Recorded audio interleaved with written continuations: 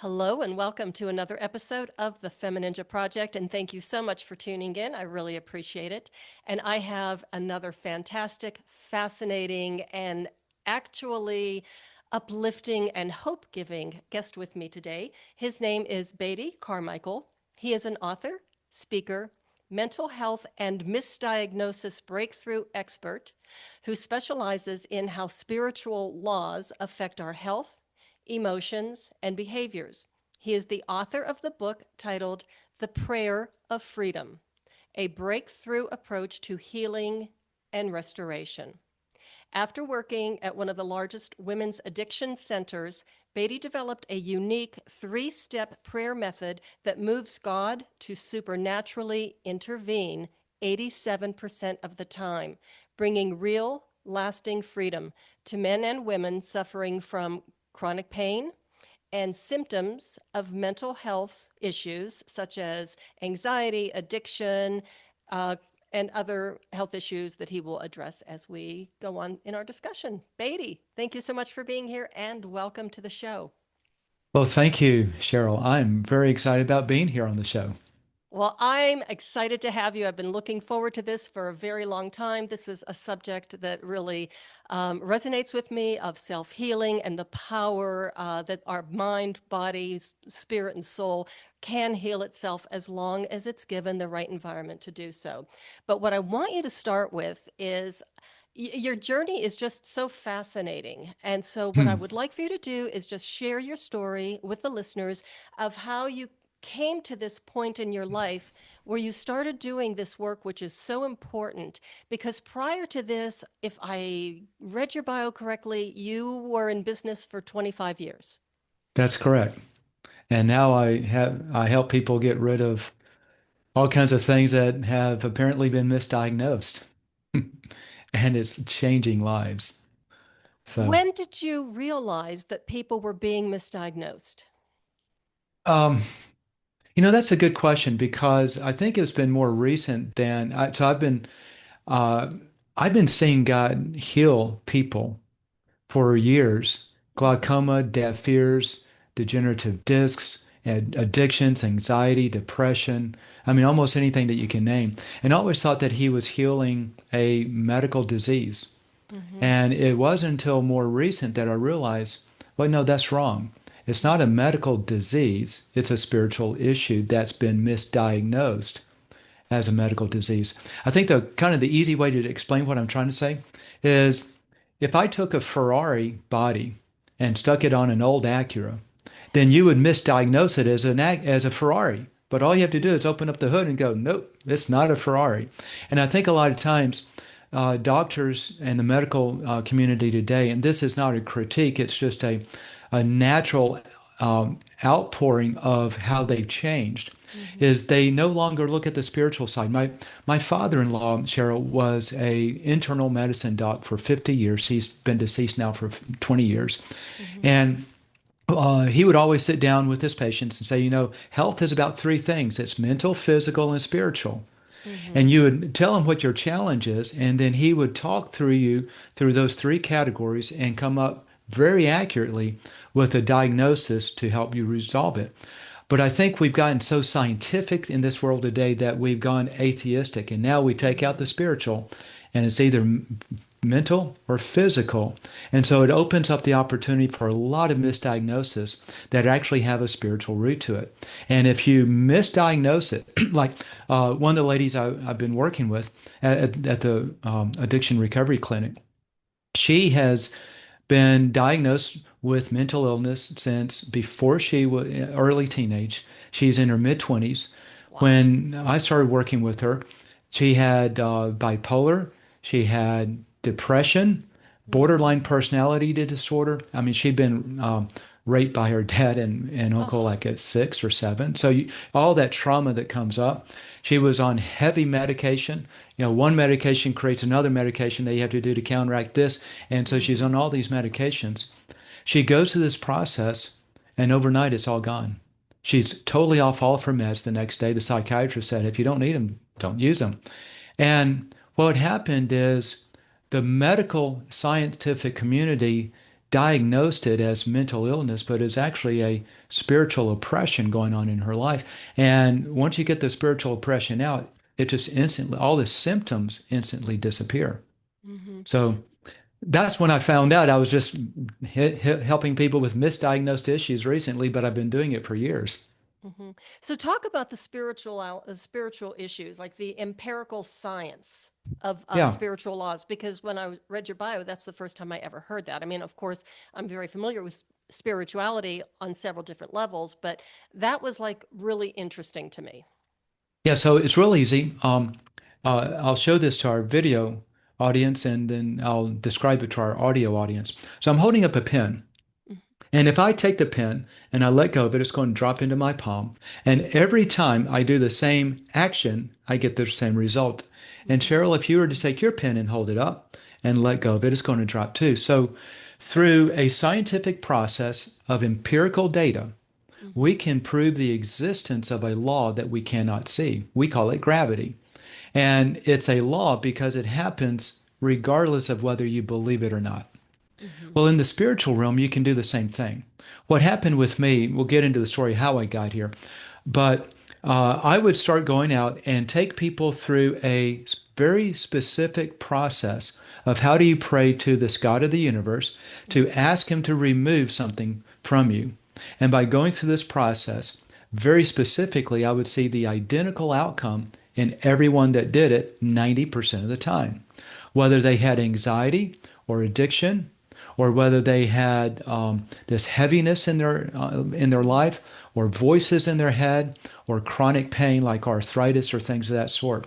90% of the time, when they go through this same process, they get the same result. And so, therefore, you can prove through empirical data that there's some law out there that is simply governed by the process of what you do, not whether you believe it's going to happen or not. So it takes it away from being religiosity or being kind of faith based. If I believe it enough, it's going to happen, to simply being activity based. If I do this activity, I get this Hmm. result.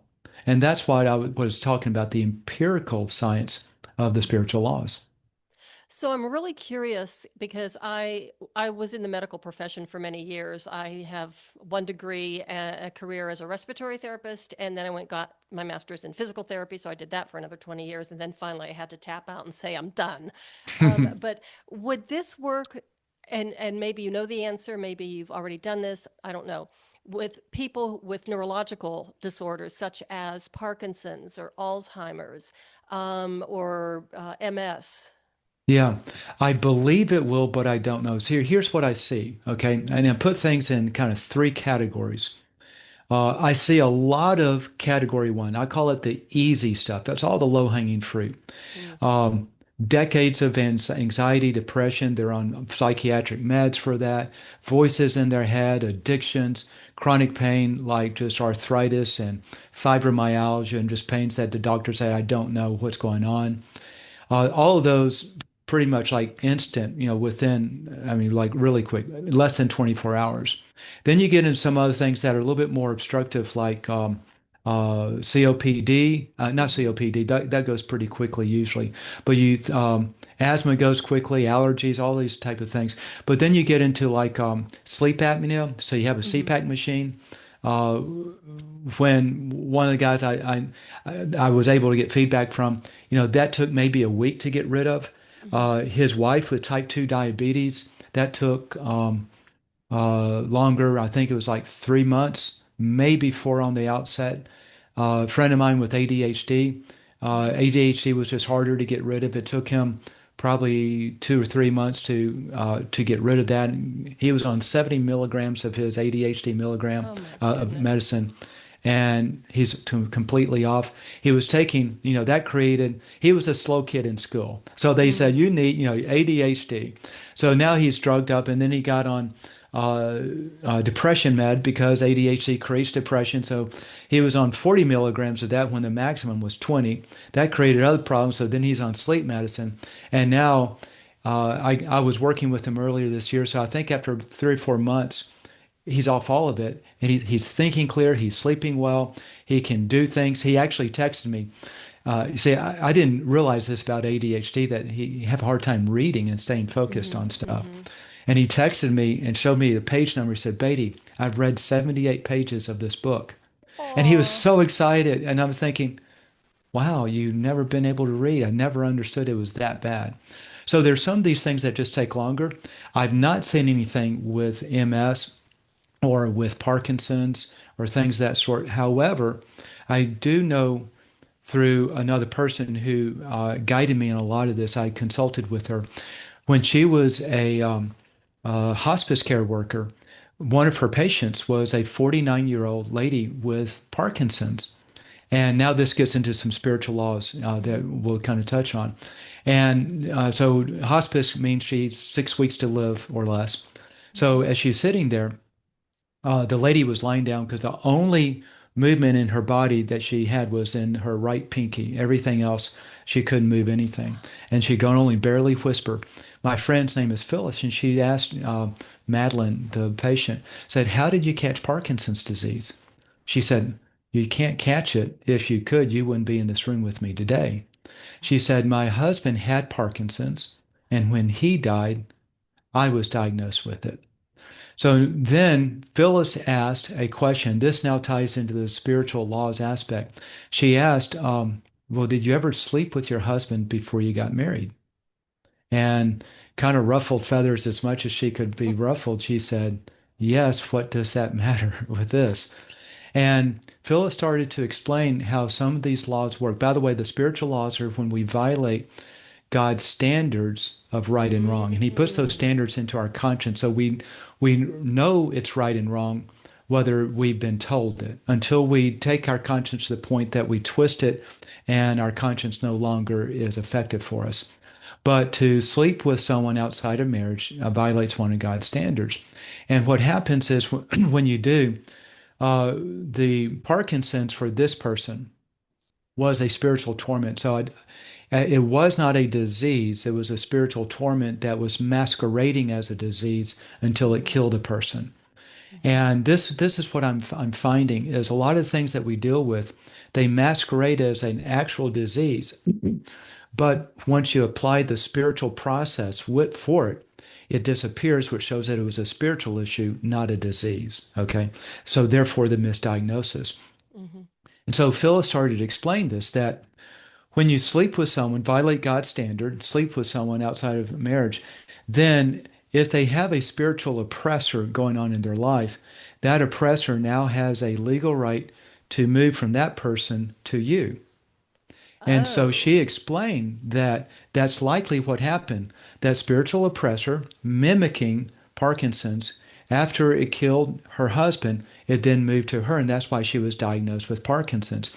So Phyllis led her through this process of removing that open door for that Mm-hmm. spiritual oppressor and being able to get rid of it. Phyllis came back the next week for her next visit, and Madeline was sitting up. All the color had come back to her face and her body, and they just sat there chit chat, chit chat, chit chat the whole time. And then on the second week, I mean, the third visit at the second week, Phyllis came back and Madeline wasn't there. She checked at their nurse's station and said, where's Madeline? They said, we discharged her earlier this week. So Wow. what you have is someone with Parkinson's on her deathbed. Within 2 weeks, she walks out of there healthy on her own because it was a spiritual oppressor. So I know that some of these things that we deal with, these deeper type of disease-related issues, if it's a spiritual oppressor, yes, it can help on that, and it can be very quickly at times. But if it's not a spiritual oppressor, but the actual disease by itself, Mm-hmm. then it's not going to help. Okay. Wow, that was a great Good. explanation, and what a really good story. Yeah, I'm glad I had a story on one of those so we could explain it. That's really interesting. And, this is a little off the subject, but not quite. It's really odd. Both my mom and dad passed away from the same disease in 2010 with a rare form of leukemia. Hmm. My dad had two forms, my mom just had the one.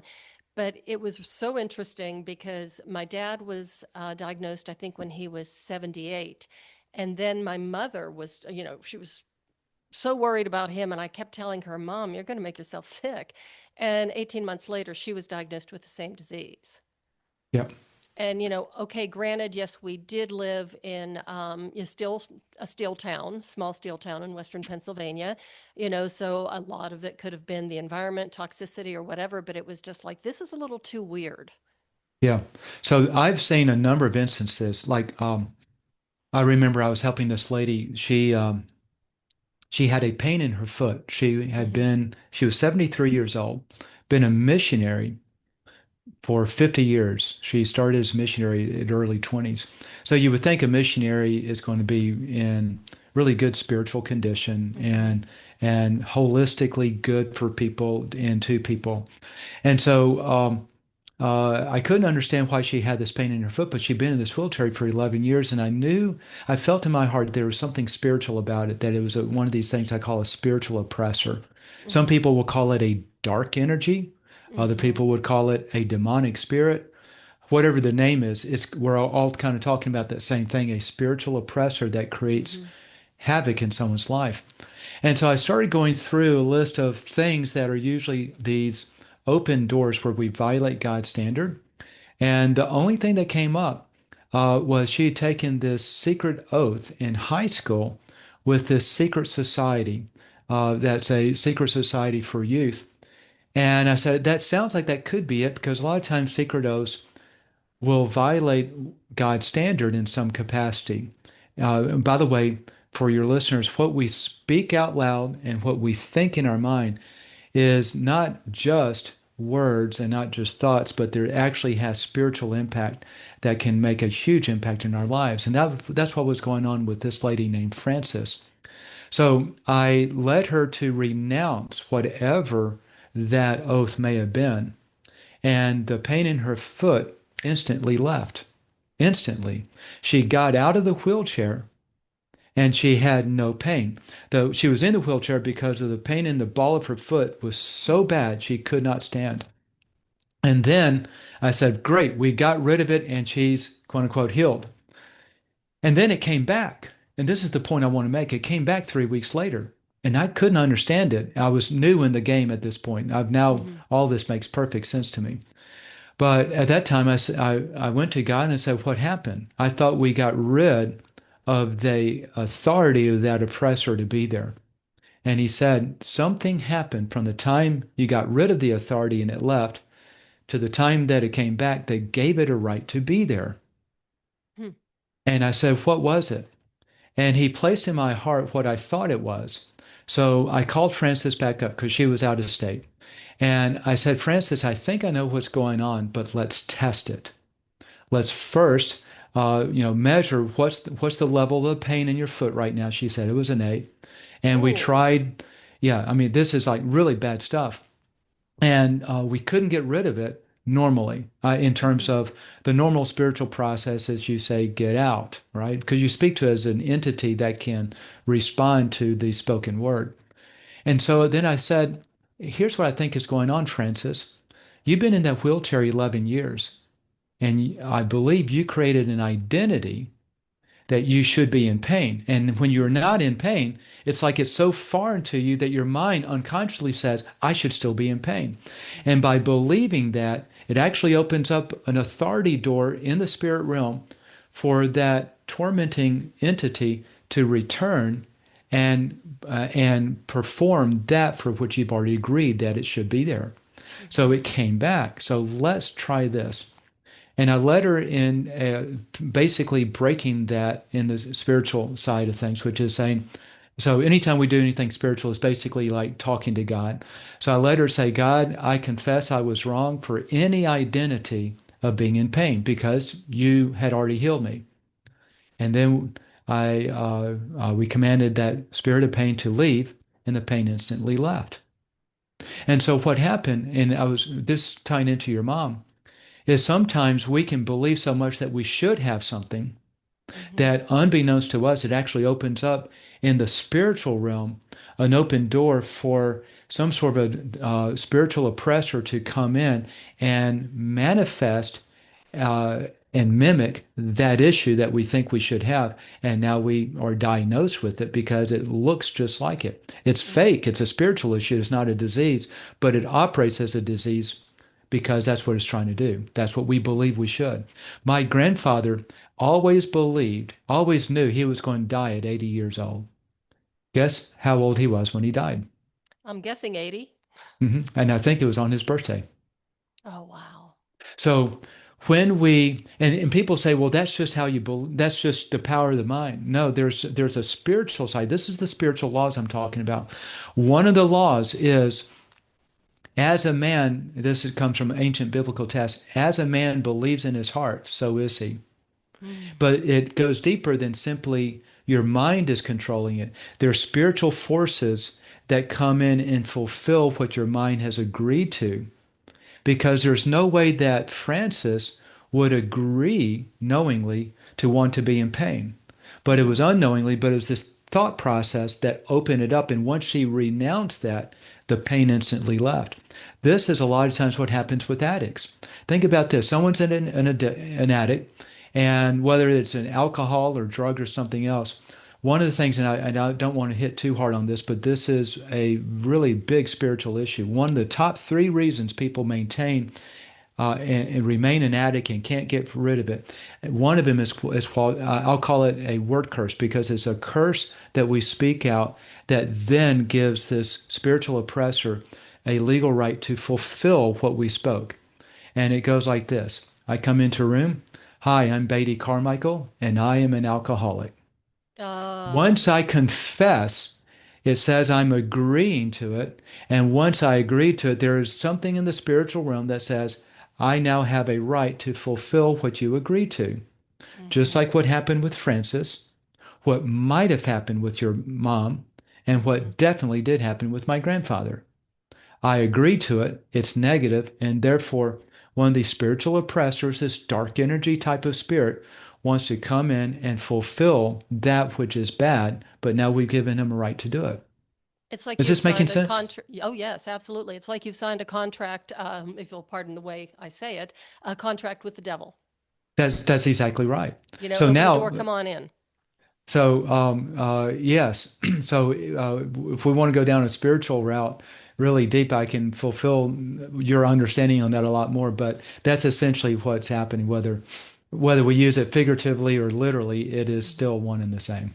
Okay, so I would love for you to go down that road, but before we do, I just wanted to make one comment about, like you said, Frances and the foot pain. It was part of her identity, and I think that's a lot of people, especially if they've been in chronic pain for a long time.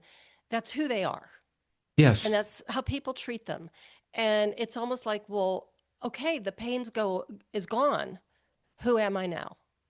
Yeah. How am I supposed to function? And a lot of people, That's will it. use that pain as just, Yeah. that's It's their almost identity. they want the pain back because it's who they know they are. But and now it's so it's while the pain is physically uncomfortable, when they're out of pain, it's so awkward, they're not sure what to do. And a Hmm. lot of times, sometimes if the pain is debilitating and so they have a lot of people that love on them and help them, Hmm. then they miss that because now the people never love on them and help them anymore because you don't need it. And so there's a lot of that battle. Now, like with addictions and stuff, you don't want it, but it becomes an identity that you have to get rid of. And more frequently than not, you have to keep uh, cleansing yourself of that identity. But the other stuff, I see it all the time. Hmm. Wow. That's pretty powerful stuff. I mean, and I'm kind of just checking out my notes here too. Um, there's so much I want to say.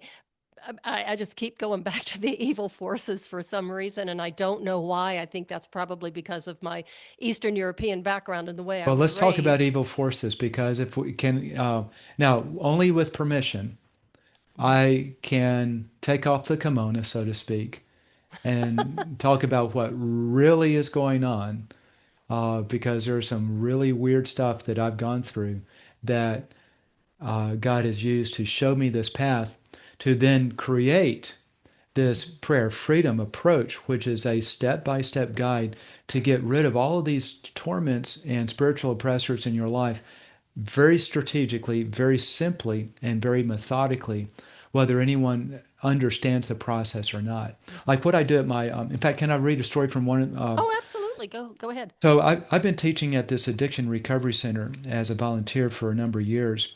And when I was writing this book and trying to formalize the step-by-step process that someone else could go through, I wanted to statistically measure how effective it was. So I was teaching 3 classes at that time, and I gave all of my students the process to go through this. And I had them do it all on their own because I didn't want any influence from me. I just wanted them to follow the step-by-step process. And then I measured it. And those people who went through the process, 87% of those ladies saw everything in their life. And when I say everything, let me just read you a sample type of list that was on this. Let me pull it up real quick. This is one of the uh, things in my book. Heaviness, like you're carrying around an extra heavy backpack. Darkness in their mind. Bipolar type 1 and 2. Depression, anxiety, borderline personality disorder. Voices in their head. Arthritis in the back and hips and knees. Restless leg. COPD, neuropathy. Addiction to drugs, pornography, sex, alcohol. So whatever it is, and most of them have, like that list I just read you is one person's list. Okay. She had all of that, and it was a 10, all the way, it was 0 to 10. Every one of those was a 10. So when they went through this on their own, and I had them regrade their list with the intensity now that they went through this, 87% of those women, everything had gone to a 0. Less than 1 month. And for the very few of those 87%, if they had anything remaining, there's a couple of them that would have had one thing that's still remaining. It was only one item, and it had reduced by 2/3. So this is the standard result I'm seeing with this step-by-step process. And this is one of the ladies, she was in that test group. And this is the thank you note that she wrote. She said, I want to thank you for the prayer of freedom. It has changed my life. Growing up, my relationship with my mom was really tough. She was abusive, and she and my stepdad would drink and get into lots of fights. By the time I was in 7th grade, she said she didn't want anything to do with me and left. Can you imagine that at a 7th grade girl? By the way, rejection is one of the top 3 reasons people fall into addictions and all kinds of things that have been diagnosed as mental illness. But that's when life began spiraling downward. By 16 years old, I was having sex with lots of boys and started to get into the drugs. That was just over 10 years ago. Before doing this prayer process, I was addicted to heroin and fentanyl and meth. I had a lot of worry and stress and anxiety. On a scale of 1 to 10, they were probably an 8. I've had constant allergies and sinus headaches for years, migraines 5 out of 7 days a week, and a super heavy feeling like I was carrying around an overweight backpack every day. Life has really been difficult, but watch what happens. That was her life then. Watch what happens within 30 days. But the prayer of freedom in this whole process changed everything. Literally, everything is gone. No more sinus issues, all gone. No more headaches and migraines, all gone. No more heaviness, it's all gone. No more anxiety or stress or worries. Literally on a scale of 1 to 10, they've all gone to 0. Even my addictions have gone to 0. I don't want drugs anymore. I have no urges for them anymore. And even the thought of any drug disgusts me. It's all gone. What this shows is she was totally misdiagnosed. She was misdiagnosed as an addict and as mental illness and with all these other issues. And they were all a spiritual oppressor when she handled it, not from a chemical standpoint or a disease or medical standpoint, but a spiritual standpoint. It all disappeared. There's a lot in this spiritual realm that we do not understand.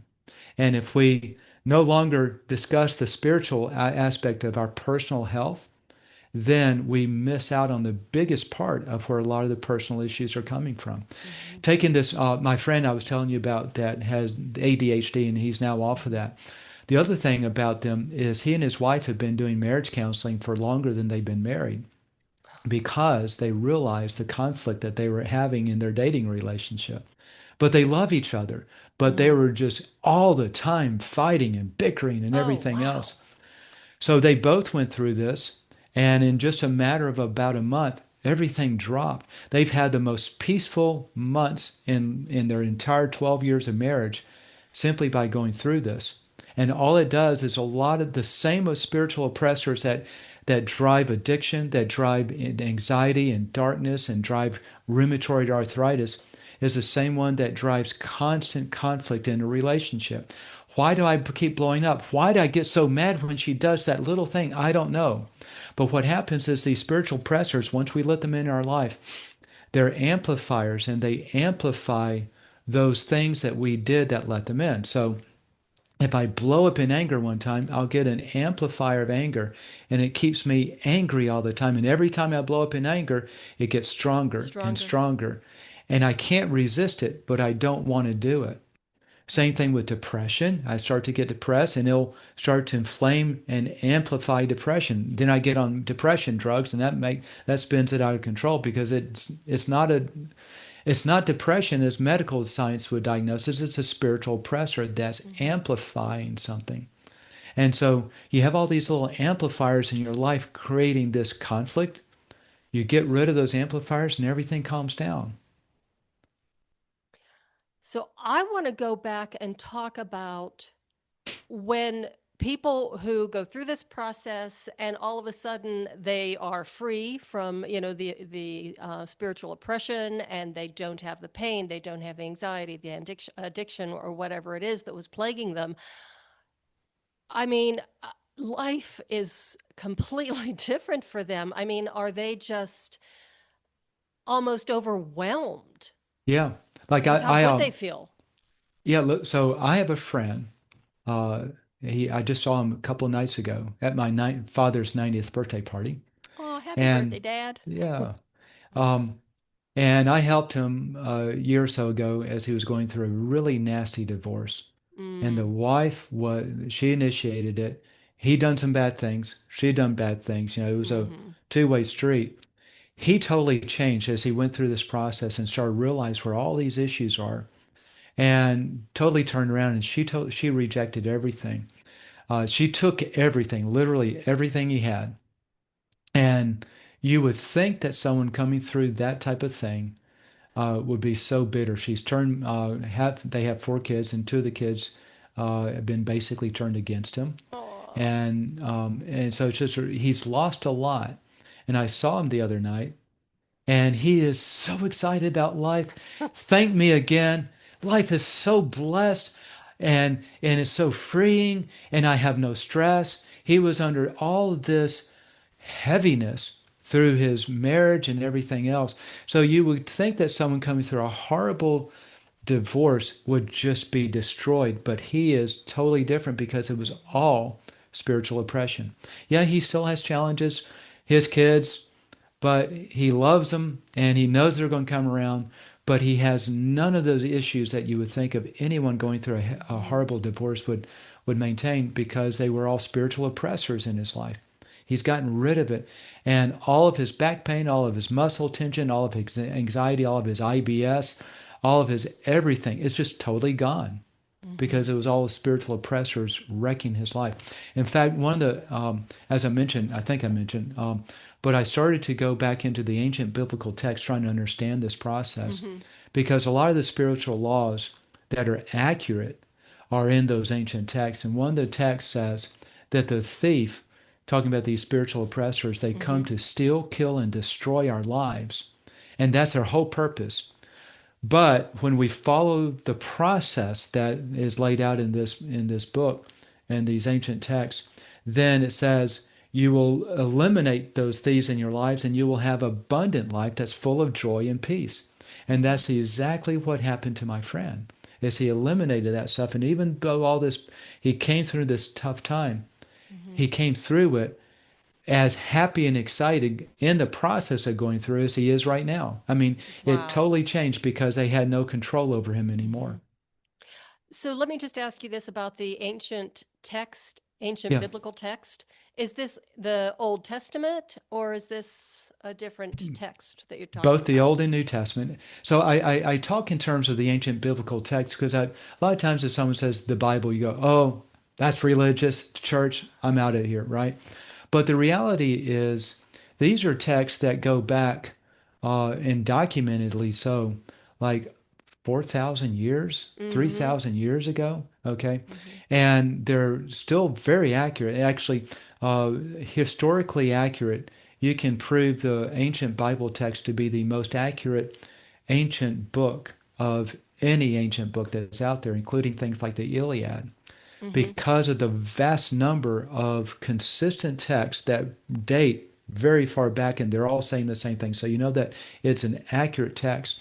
And then as I started to test these spiritual laws, take all the religiosity out of the book and look at it simply as you can pull out of the spiritual laws the different stories and the very clear statements that it makes, and then you can test that.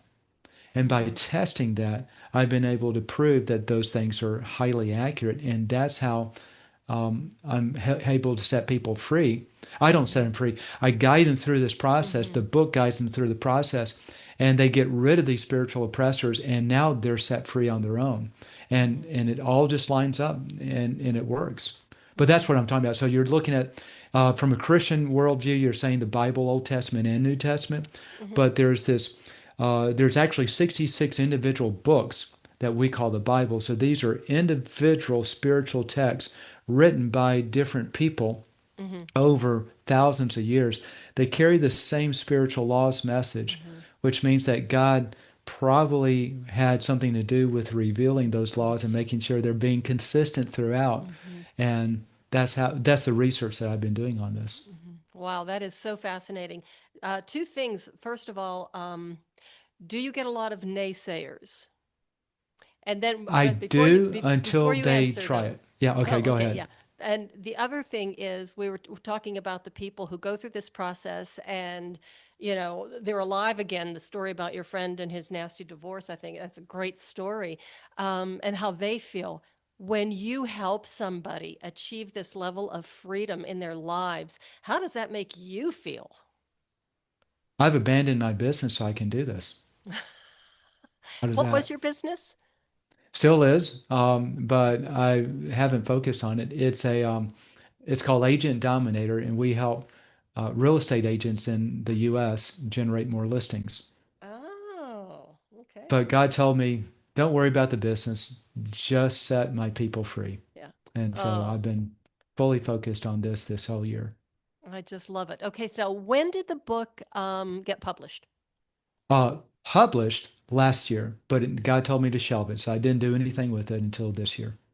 Okay. Other than taking it to the addiction recovery center and say, okay, let's get you guys free.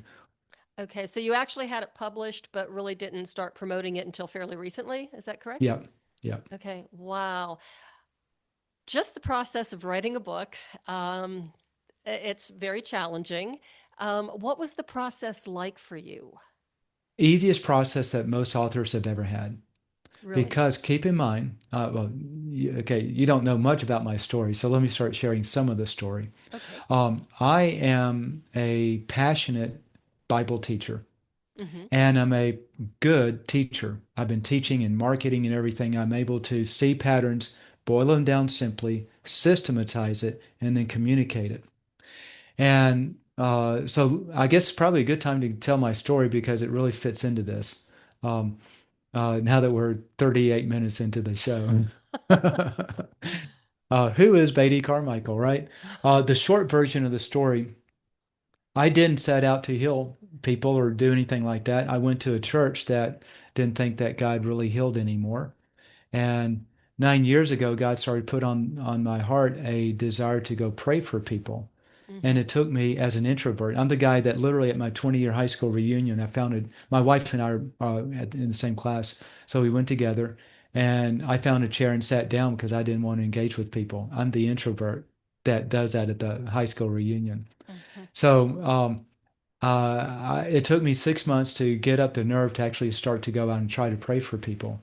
And it was October 2016 when I started. I went to a gas station, a Walmart, and a grocery store. I prayed for 18 people that looked like they were in pain, Uh-huh. and God instantly healed a third of them: degenerative disc, arthritis, RSD, all kinds of things.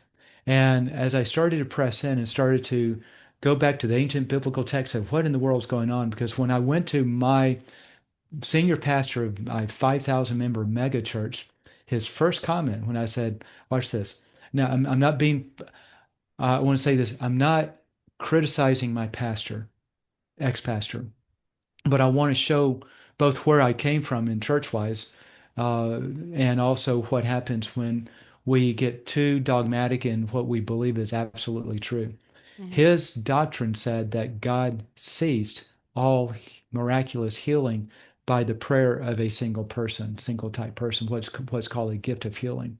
So when I said I'm praying for these people and God's healing them, his first comment was, "Well, Satan can heal too." So I went to my next senior pastor, and his first comment was, "Well, Satan can heal too." So I said, "Okay, I'm not going to get any help from you guys. I'm not going to listen to you guys anymore, because if you missed that one, what else did you miss?" So Right. that's when I started to take a deep dive into the ancient Bible text to try to figure out what's going on. And some of the laws I started to see, I started to try to test and apply. And one of those things jumped it from a third healed to 90% healed. Mm-hmm. And not only just pain, but I started to see glaucoma disappear, and deaf ears opened up, and blind eyes and other stuff. And I started to see all kinds of things just miraculously happen. During the same time, God started to take me into deliverance, which is the casting out of demonic spirits that would actually speak to you and take over a person's body and laugh at you, and you can force them out.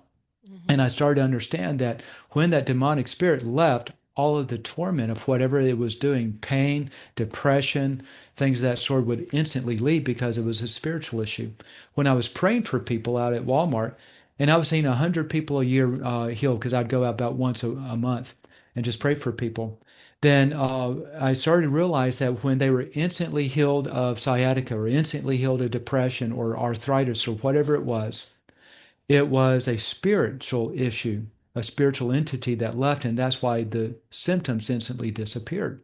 Mm-hmm. And then 3 years ago, God took it away. I've been praying, 90% of the people healed, go out 2 weeks later, 10% or less healed, and I go, what just happened? I lost my gift. And so I went to God and I said, what happened? He said, I took away your gift of healing. I said, why? He said, because now I want you to learn to do it by authority. And I understood that authority meant these legal rights we've been talking about on the Mm-hmm. show. And no longer me praying, but me guiding someone else in praying through breaking these legal rights Mm-hmm. in the spiritual realm. So I went back out to Walmart, started doing that, and I instantly saw back at 90% success rate, but this time I saw more dramatic things that I'd never seen before, that like COPD started to go, and lupus started, things that I never saw. So I started to teach this in my Bible study ministry that I do, Mm-hmm. and started to walk people through how these spiritual laws, where they're shown in ancient Bible texts, and how Mm-hmm. they impact us. And then I started to break down a step-by-step process so they could do it. So by the time God told me to write a book, and I had to ask him 3 times, because I said, "Are you sure?" Because I'm trying to run my business. 3 times he told me, "Set my people free." So I said, "Okay, I got to put the business on the side and focus here." But by that time, this is why it was so easy to write the book. I'd already been teaching it. So I Mm-hmm. simply gave my teaching material to a writer, an editor, and Mm-hmm. he took it and formulated it into the book. But it's my voice, my words, the whole thinking process. He just kind of converted it to a book. So it was real easy for me to write it, because I'd been writing it in my life and in my Mm-hmm. teaching for years already. I don't know if that makes sense, but that's a Oh, yeah, it long makes way to total answer a sense. short question. And I have another question, a follow up to that, but I want to save it because there's something else I want to go back to. As you were talking about, and it just blows me away to have your two pastors, not just one, two. just kind of like poo poo, oh, well, Satan can do that too. And it was just, I was struck with the similarity between their reactions and kind of like the reaction of a lot of the medical professionals when it comes Yes. to, and I'm going to use air quotes here, disease, chronic pain. You put a label on it. You give it a diagnosis, you give it a, what is it, the DC-9 code, you Yep. give it a prognosis and you run with it. And so it's just like, that's it. And here are the medications. Good luck. Yeah. And that's kind of what happened because both these pastors very intellectual, Mm-hmm. and usually the more intellectual are you, the more scientific you become. Mm-hmm. More scientific you become, the more atheistic you become, Mm-hmm. because it's no longer a spiritual mystery. It Mm-hmm. is now science, and science can show cause and effect. Okay. That may or may not be what's happening there, but that's definitely what's happened in the medical community. When, Mm-hmm. I told you about my father-in-law as a medical doctor, or did I? No, Yes. I, Yeah. I okay, thought you okay. did. But yeah, about health is mental, physical, and spiritual, right? Right. And he would sit Okay. down with his patients and cover Yeah. all three. And then what happens is as medical science has become more science than medical, then you take the spiritual out and Mm-hmm. now you miss so much. And I think that happens also in the church realm where we start to lean more and more on the science of everything. And Mm-hmm. God knows, and all of these miracles can be explained through science as opposed through God. But what's happening is we miss out on the spiritual component. And when you have a demon spirit take over a person's body, look at Mm-hmm. you, change the personality, and do things that that person wouldn't do, and you know you're dealing with a different entity than that Mm-hmm. person in that has that body, then you realize this whole spiritual thing becomes very, very real. Mm-hmm. And that was part of my learning experience in this and understanding how this works. I find it very disconcerting that, people would dismiss that, especially again, I'm going back to your two pastors, but I Yeah, even, I grew up I in found it a disconcerting too. yeah, well, yeah, right. And, I grew up in a like a very ethnic household, Eastern European, Byzantine Catholic. My one grandmother had been Russian Orthodox and converted to Byzantine. But, we grew up going to church every holiday, every Sunday, blah, blah, blah, blah, Sunday school and everything. And there really was, even when I was a very small girl, that I felt there was a disconnect Yeah. over what they were saying and what they were doing and what they were telling us to do. It was just this really crazy disconnect. And it was something that I recognized even when I was pretty little. And then by the time I got to be an adult, it was like, whoa. Which is it's a shame because it is a lovely religion, but once people get involved and start doing things their way, it's a different story. Yeah. And for the listeners, I want to clarify too, because you're clarifying it, but just make it real clear. Just because something comes from the ancient Bible text doesn't mean it's religious, right? Hmm. Religious and religion is how man applies it. Hmm. What I'm doing is the laws within the ancient Bible text that I see works whether someone believes it or not. In fact, one of the interesting, fun things I've seen, I was teaching uh, a few months back at the Addiction Recovery Center, and these ladies, most of them have trauma, they've been abused, many have been raped, they've been prostitutes. Half of them or a third of them probably still have their ankle bracelets on because they're there by court order. They didn't grow up in a religious home. They're not church. So this works with them. But I remember this one lady, I was teaching one of my classes, and she was just kind of leaning back. She was near the front row, and she was rubbing her temple and rubbing her legs. And I could tell she wasn't even paying attention to me. So I literally stopped teaching. And I said, "Excuse me, are you okay?" She said, "I'm just in a lot of pain. My legs and my head." I said, "Well, do you want God to heal it?" She said, "Yes." And so I just led her in a very short prayer following this process of Hmm. removing the legal rights of these entities causing pain. And the pain instantly left. And she was stunned because she didn't believe it. She wasn't, Hmm. I don't know if she was religious or not, but it was, I mean, She and the rest of the class time, she wasn't paying attention to me either. She was sort of crying, and she finally Oh, just got up and walked out of the room. And then after class was over and everyone left, she came back in and said, "Mr. Carmichael, I'm sorry for leaving, but I've just been crying. I've been in pain for all these years, and God healed me." And just the touch that God would heal her because she followed his law of how to ask mm-hmm. for healing. And it just wrecked her. And it had nothing to do with religion. It Mm-hmm. had nothing to do with religiosity. Mm-hmm. It had everything to do with just following the law that is in these ancient biblical texts. I guided her through that in a prayer process, and it instantly left.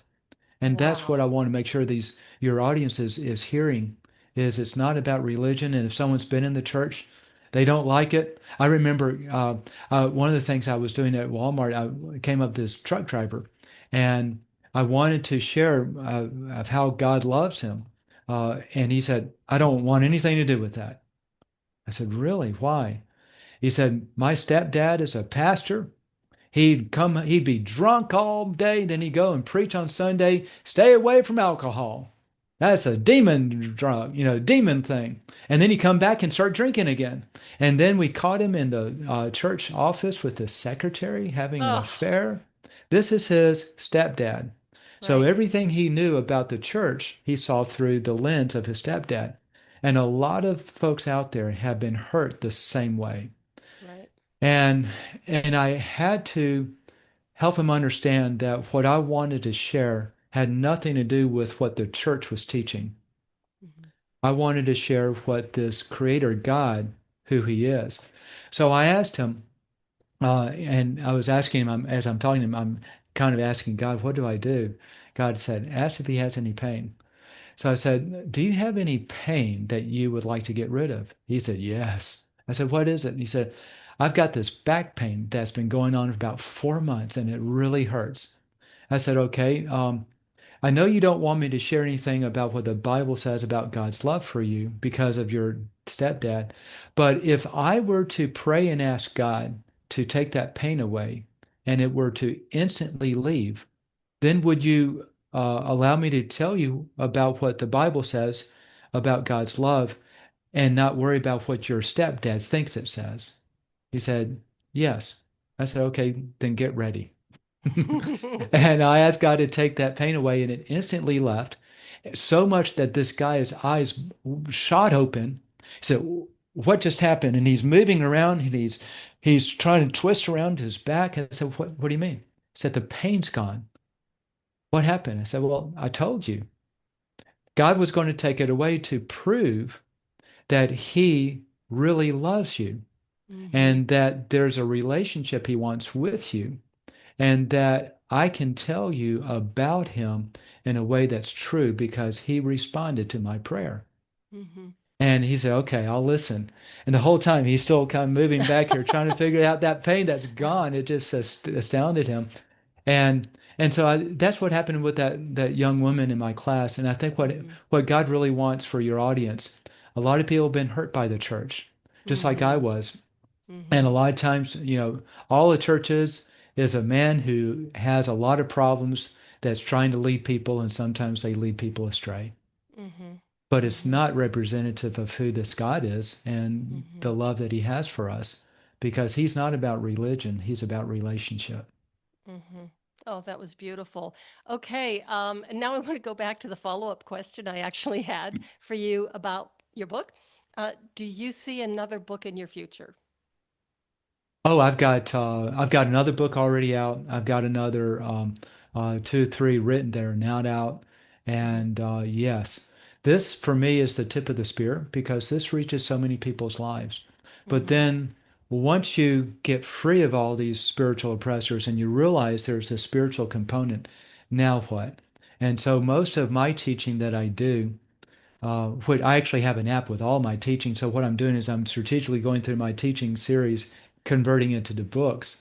But Nice. the app is called Get Radical Faith. It's just Mm-hmm. free download on your mobile phone, Mm-hmm. and it's all about how do you how do you have a stronger personal relationship with this God that created you Hmm. so that he can guide you in life and help guide you in all these decisions through life and help make your life more blessed?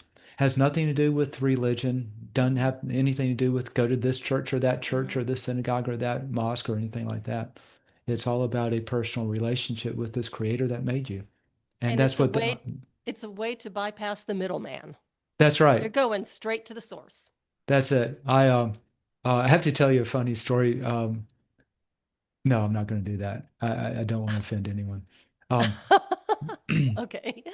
Okay. You can tell me when we're done recording because I would love to okay. hear it. Okay. Yes. So, uh, this is such amazing information, great stories. I mean, it is so positive, so powerful, so uplifting. And yeah, I just want to, sing it from the rooftops. Everybody needs to check this out. But now, what if we've got a few listeners who are listening to this and going, yeah, but, Yeah. well, but, and you don't understand my pain has been worse than anybody else's, or it's been going on for 20 years. What do you want to say to them?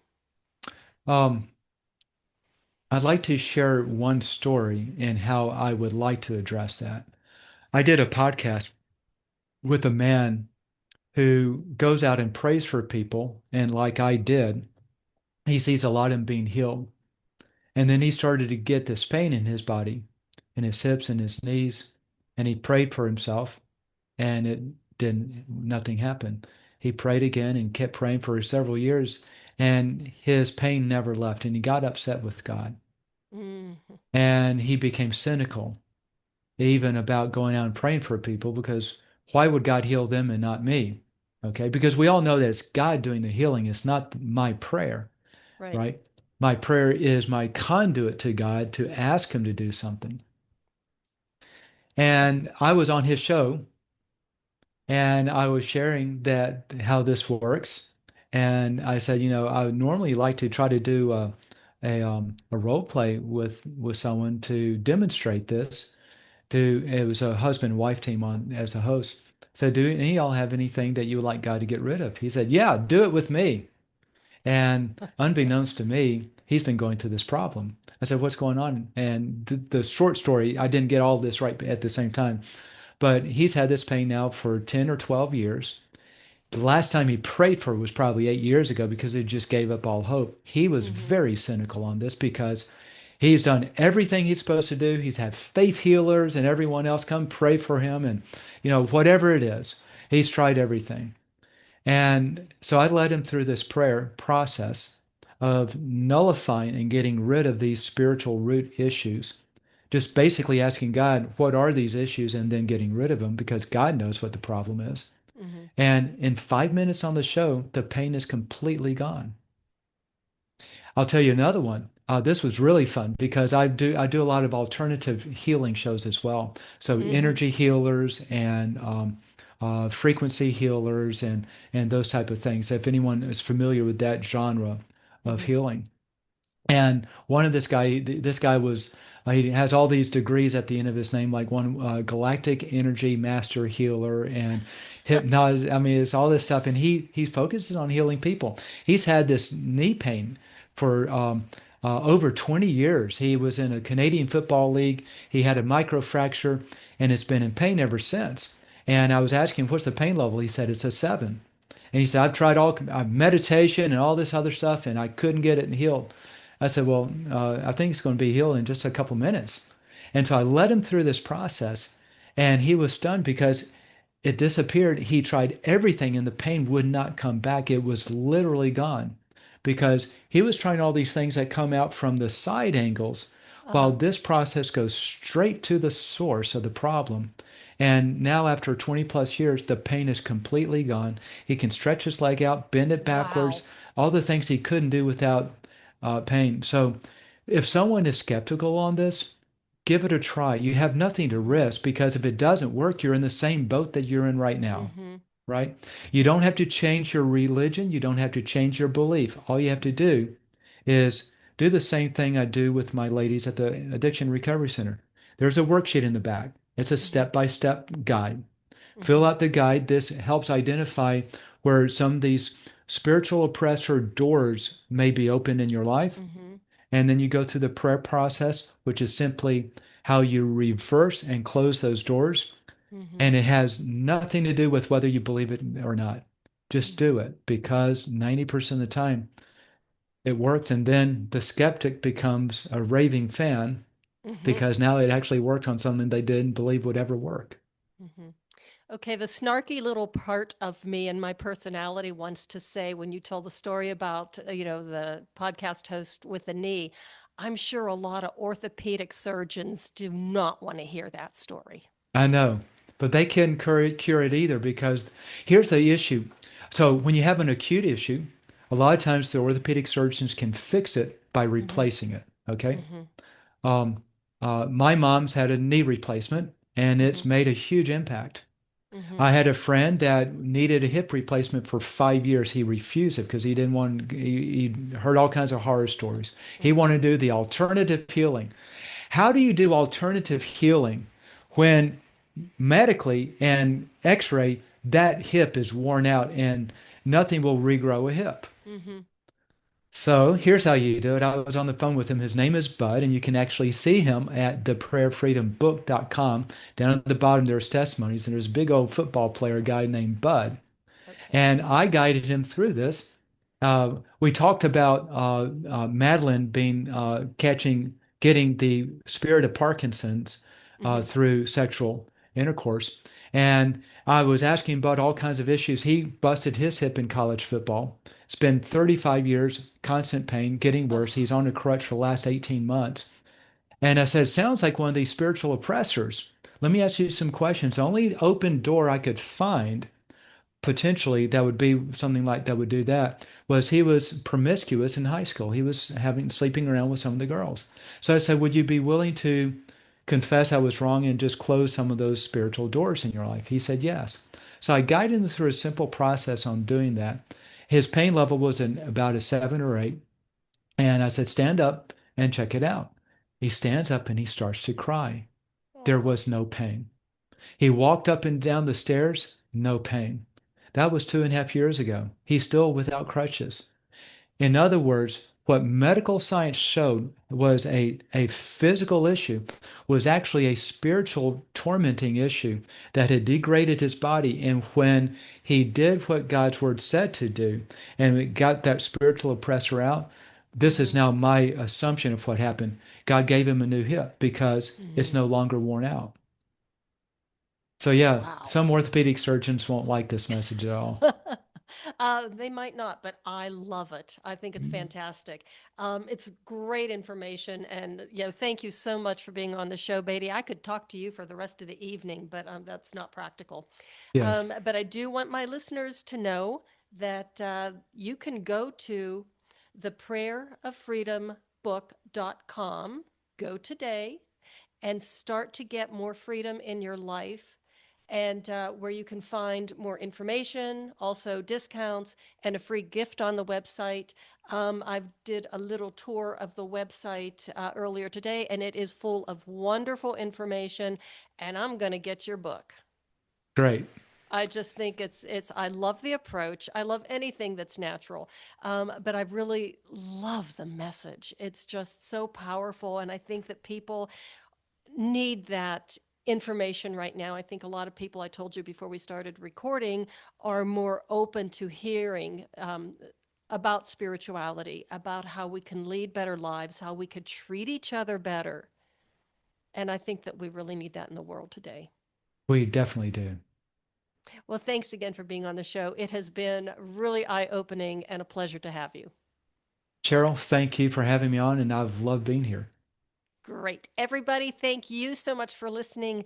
Oh, do share this episode with everybody you know, especially if you know someone, and I know you do, we all do, who's dealing with chronic pain, anxiety, depression, stress, anything that is keeping them from living a full and free life.